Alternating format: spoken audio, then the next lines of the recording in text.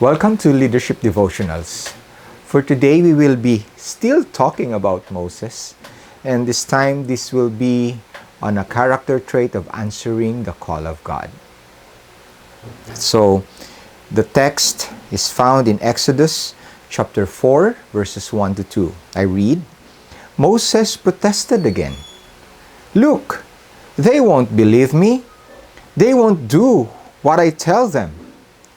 They'll just say, the Lord never appeared to you. Then the Lord asked him, what do you have there in your hand?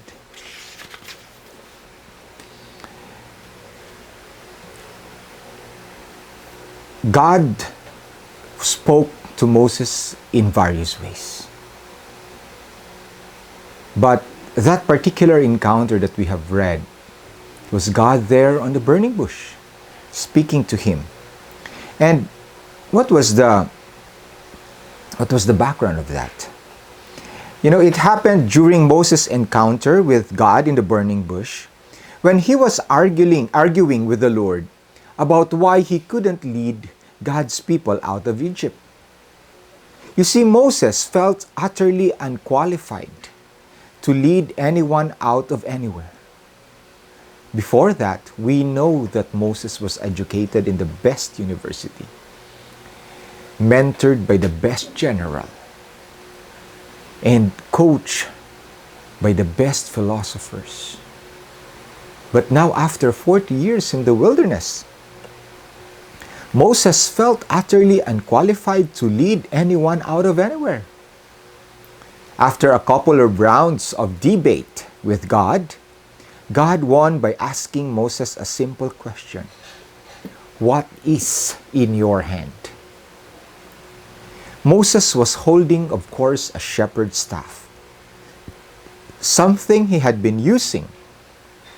Something he is familiar with. Something that has been at his disposal for 40 years as he herded sheep in the desert. God calls us into leadership. When he calls us, he usually starts with familiar tools, not immediately with something exotic, but usually he starts with familiar tools, giving us a ministry or giving us a task that looks a lot like what we've been doing all along. The leadership role he calls us to may not even seem spiritual or significant at the first glance. This encounter between Moses and God is full of spiritual truths for leaders like you and me. And here we can consider 4 lessons. The first one is faithfulness. Number 1, faithfulness counts. God calls us to keep on doing what already we've been doing. Leaders are not necessarily more gifted than others, but rather leaders are less inclined to give up. That's the first lesson. The second, God seeks a willing attitude in us. Yes, Scripture reveals that Moses' great reluctance to assume the role of deliverer of Israel.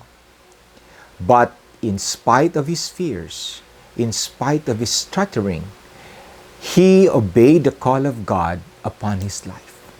God can sense a willing spirit in the inner recesses of Moses' heart. Number 3, God's power comes upon an obedient heart. In Moses' eyes, his staff, that baston, his staff, appeared to be just an ordinary staff. But in the hand of God, it became something powerful and even life-changing. From these verses on, Moses' staff was central as God guided Israel out of bondage. Each time an account mentions the staff, God is saying in effect, the common becomes significant when my power comes upon it. The common becomes significant when God's power is upon it. And the last lesson that we can get is God uses preparation. What we've been doing in preparation for what we will be doing. As the story of Moses, born an Israelite, raised an Egyptian, reunited with his captive people, was uniquely qualified through his life and preparation to lead his people out of bondage. In the economy of God, there is no wasted time. My dear brothers and sisters and fellow leaders, let us learn from the calling of Moses. Faithfulness counts. God seeks a willing attitude in us. The power comes upon an obedient heart, and God prepares us for the task in hand. God bless you. Hello, fellow leaders. If you have been blessed with the devotional that you have just heard, don't forget to like, share, or subscribe. Because when you do that, more people, more leaders will be blessed with the same blessing that you have experienced. In YouTube channel, click subscribe to Good Shepherd Consultants. God bless you.